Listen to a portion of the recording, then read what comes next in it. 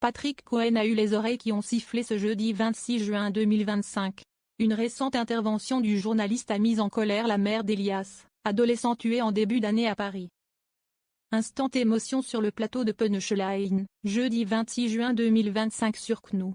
Dans la dernière partie du talk piloté par Laurence Ferrari, la maman d'Elias, tué à la machette le 24 janvier dernier à Paris, a témoigné pour honorer la mémoire de fils, sans oublier de rendre des coups.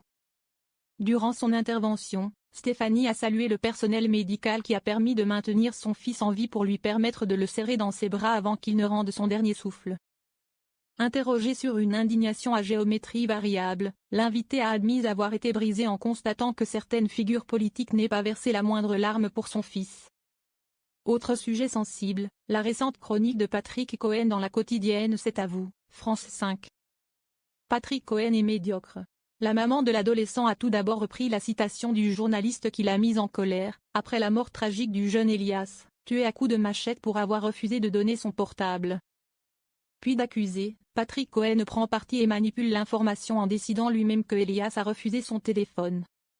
Il réalise un biais cognitif et sous-entend que si Elias avait donné son téléphone, il ne serait pas mort. À ses yeux, Patrick Cohen a repris le célèbre adage « Une femme violée, si elle n'avait pas porté une mini-jupe, elle n'aurait pas été violée ».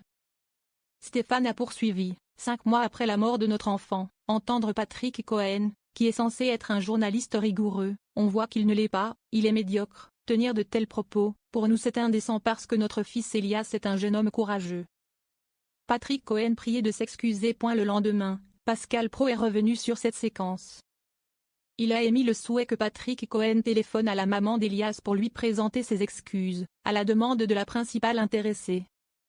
Les 2 heures de Punchline ont réuni une moyenne de 311 000 téléspectateurs, soit 3,4% des Français devant leur petit écran et 2,6% des CSP+. CNews a dominé les autres chaînes d'information.